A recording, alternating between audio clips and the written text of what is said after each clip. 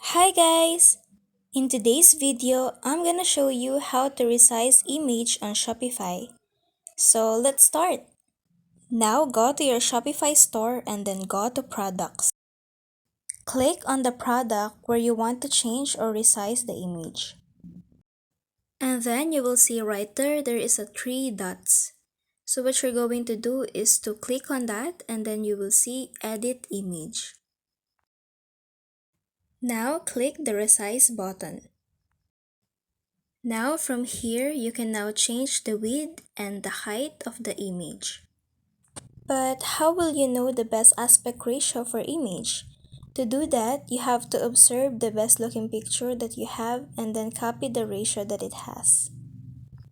After that, unlock aspect ratio and then click on done.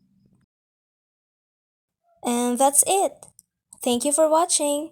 Don't forget to like and subscribe.